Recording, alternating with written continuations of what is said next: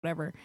And I started Googling all these old country stars' net worth, and like Willie Nelson is worth like $50,000 or something. Like, I don't know what bad decisions he's made since the 70s. He's like the most well known of his age group. Yeah. He's a very across genre kind of guy, and I don't know what bad financial decisions that he's made. Wow. But I'm like, man, those old country artists. But anyway, one of the founders of country music is really good friends with them. Okay. So, I don't know. My mom's obsessed with them. I've never heard of them, and they sound like people I would actively try not to hear. Yeah, it's very dry. Yeah. I did hear a pretty funny joke on their show. All right. Well, it was not a funny joke, but this tells you like the kind of, because it's very Christian humor. But it was a joke. Right. What happened? Hold on, let me see if I can remember how it went. Oh, shoot. Now, I don't want to tell the joke bad. I don't think it's a good way to tell it. No. Maybe it'll come to me. I'm not going to sit here and try to actively remember it. Yeah, no. Fuck. I really do want to remember though. Damn you, marijuana. Stealing these good memories. So did you go to a show of theirs? Or no, my mom wanted me to look it up. It's like 5 hours. I think it's right outside of Nashville is where their farm is. Oh, okay. So I Googled it, and my dad was talking about looking for cars today, and he was like, you can look on the internet, and he was like, you got that, don't you? Like, do you got that internet? Yeah. I was like, yeah, I got that internet. It was really funny to me.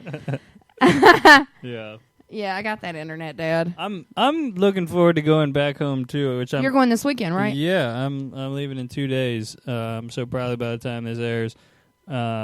Yeah, and my hometown is not as southern feeling as your hometown. But it is Virginia, and it is a very different environment than here. Like here, I've built my whole entire world from things that I wanted to, and there it's much different. It's fun. Your parents it's nice. own a hardware store, right? I just see your parents as being very, like, just like upper middle class family. Like everything's kind of, like homey there. Mm-hmm. You know what I mean? Like real white bread. Is that bad to say it that way? I wouldn't say it's real white bread, but I would agree with everything else you just said. Yeah, it's very traditional. Yeah, sort of. Except my mom's mom was a real interesting non-traditional lady, and she passed a lot of that on to my mom. So maybe at face value it seems like very traditional, but it's not so much. Probably secretly deep down, I remind you of your mom a little bit. Maybe. Oh, no. It's not something I've thought about before. Hashtag cool auntie for life. Crap. I would never have the conversations I have with you with my mom, though. I'm sure not. But just that kind of eccentric. I guess I'm probably way more out there than. Well, you're a little more out there, but it's also because we have a mother-son relationship, and with you it's not there. So right, good. I could tell you anything. Good. I don't want to ever fucking have a mother-son relationship with you, Dave. P.S. Sidebar. No, it's all very safe and almost white picket fencey, but not quite, and. It's nice. It'll be great to be there and see everybody for 3 days, and then it'll be great to come back. So it's a wedding? No, it's my grandpa's birthday. Oh, okay. Yep. How old is he? 92. Man. Yep. And he's my last surviving grandparent, and he's still mentally completely there. So it'll be really nice to see him, and my sister's coming in for it too, and I'll see some uncles and aunts, I think, and the new puppy. The new Sprudel, Springer Spaniel Poodle puppy. Yeah. Is there anybody in your family you're just like, oh, Uncle Tommy? No, actually. There's nobody in my family I wouldn't want to see. We have you lucky man. A remarkably not normal exactly, but fine family. Where my parents are still together. I don't think anyone in my family tree is divorced. Everybody gets along well. Nobody's particularly crazy or unruly or anything. Yeah. You really need to go home with me. You should go home with me for Shasta's wedding, Dave. Nah. Why? Because I don't want to go back up north that soon after I go. Oh my God! And because I'm looking for a real vacation in July. Okay. I looked up tickets. I just pulled out. I have an app called Skyscanner that will just like show you for ranges of dates where you want to go and how much it'll cost and all that. And I pulled it up and I said, these are the dates I want to go in July. And then I put in Atlanta as a departure place, and then I just saw what came up in the list of like some places to go from Atlanta, and it's only $800 round trip to go to and from Rio de Janeiro, Brazil. So I may be looking for somebody to accompany me with that. To Rio? Yeah. I would do it, but I have a wedding coming up, and I have to move. Yeah. It's always tricky. Yeah, it's always tricky to find somebody like that. And as much fun as it is to travel alone, like I did with Peru, I did that last time, and I think once a decade is enough to travel alone, and I kind of want a companion this time. Especially for a country where I don't speak any of the language. Because Peru, I'm bad at Spanish, but I can get by with Spanish, and I don't speak any Portuguese at all. Tatiana used to count in Portuguese when we were in circus and we worked out together. Maybe I'll hit her up. You should ask Tatiana. I don't know if we ever spoke I don't know if we ever had spoke a word of conversation to each other, but maybe. She and I would go out to lunch together quite frequently, and I had to really pay attention.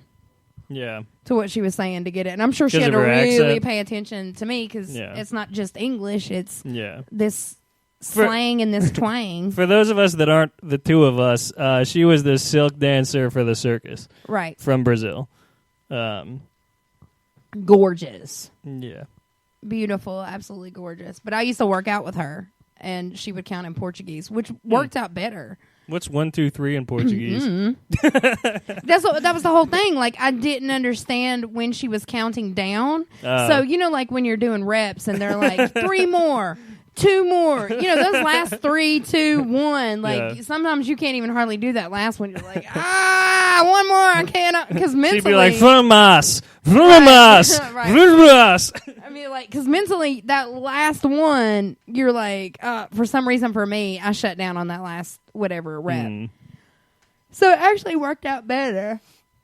She spoke in Portuguese. Did you watch any of the Billboard Awards? Nope. Didn't even know they were on. Yeah. What happened? Well, the big talk is Kanye. As always. I guess, and I watched that part. I didn't watch the Billboard Awards. Ludacris hosted them. Like, I probably should have, but I didn't. Okay. But Kanye's performance was a whole lot of pyro in the front and in the back. So basically, you couldn't see him throughout his whole performance. Oh. I like pyro. I think that he was intentionally going for that kind of shadows performance, because he's been, the last couple times I've seen him perform live, he's been doing different things. Like, he did one song laying down completely on his back. Yeah. Like he's always trying avant-garde shit. Yeah, so that's what it was, but nobody liked it. Huh. Like, what nobody. Song did he perform? Or songs? I don't remember. Okay. And I watched it last night, and I still couldn't tell you. Huh. I don't know. Because his music is being engulfed in his personality, and it doesn't even matter anymore. Yeah. I have all but lost faith in him completely. Because clearly he's gone off the deep end. He's always been a little arrogant, but now he is just too much. And he's always been pretty creative, but now he is too far to enjoy. And he's always been a little bit ignorant, although I hate to admit that. And now he is just ignorant to the extreme. So, as much as I don't want to, I've kind of just completely lost faith in him. I do like that song, that Hello Mama. Yeah, Hello, I mean, Mama. I like a lot of his old songs, but just everything he's put out since, like, Click That's and a new Mercy. Song. Huh? That Hello Mama's new. Oh, really? Mm-hmm. I'm thinking of Hey the Mama. The one. That's right. The one, I think, is what I'm thinking of. Okay. I don't know if I've heard that. But, yeah. You are my only one. Oh. Whatever. Yeah. And mostly all of his songs now are him singing with reverb over his voice. Yeah, he's auto-tune love ballads to Kim is Kardashian. Reverb the wrong verbiage? Yes. Reverbage? I'll reverbage that then, Dave. It's auto-tune. Okay, so speaking of crazy, Mm-hmm. Two stories I'm going to try to slide in. I can't figure out which one I want to do first. Let me do the Look Alive story first. All right, so if you guys have heard of Look Alive, she is a very well-known rapper and poet out of New Orleans, and she's a very good friend of mine, and she was over here earlier right before the show, and she told me this story, and I have to repeat it. Okay.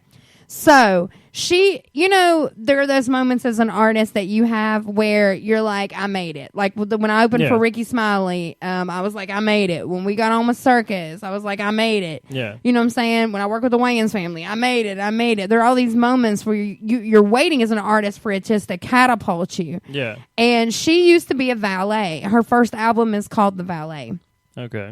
And she was working at the hotel, and Cat Williams rolled up. And she said that he just stood there and was like staring at her because she's a very unique style. She's just extra fly all the time, even when she's not trying to. Yeah, I could tell that in the 5 minutes I just met her just now. She's that chick. I told her, I'm like, in 2 years when I'm gay, you're going to have to get a restraining order on me. Like, she's just that smooth with it. And so I guess he was checking out her swagger, if you will, or her swig. And he came up to her and she was like, yo, I spit. And so she started rapping for him or whatever. And she said that he was just like, man, like you're the truth. I got to get you in the studio, whatever. So he called her the next morning at like 8:00 and said, meet me here at this studio tonight. So she goes to the studio or whatever. And he's feeling like everything. She said that he had listened to her stuff so much that he was calling songs before they came on and was like, man, I love it when you said this and this and this and this rhyme, like a fan, right? Wow. Right. Like if I met the man, like that's how it would be. Like I know every lyric. Like that's how he was rolling. Yeah. And so he was like, man, I want you to come out. I'm going out to Cali. Come out to California with me. And she was like, man, I made it. Right. Right. So she said when they were in the studio, there were a bunch of like younger cats that were rappers as well that were in there and everything. And she was like, okay, cool. So she was dating at that point LaCara Foster, who's been on our show before, right. Amazing artist, another great friend of mine. Yeah. So LaCara was like, we made it. You know what I'm saying? Yeah. So she's like, I'm going too. So Donderland, another friend of ours, like took them out to eat. Like it was their farewell dinner. Like she called the hotel where she valeted and everybody knew about it. And she was like, I'm not ever coming in again. And they were like, we know, go get it. And so it's so funny to me. I'm sorry. I'm trying to deliver it. So she said the next day they got on to drive the big like tour bus. There was a tour bus. There was something with a trailer hooked on the back of it, like a truck with a trailer, and then there was there's a trailer on the back of the tour bus? Oh no, truck. Gotcha. On the back of a truck. Yeah. And this was their little caravan. And it's so relevant.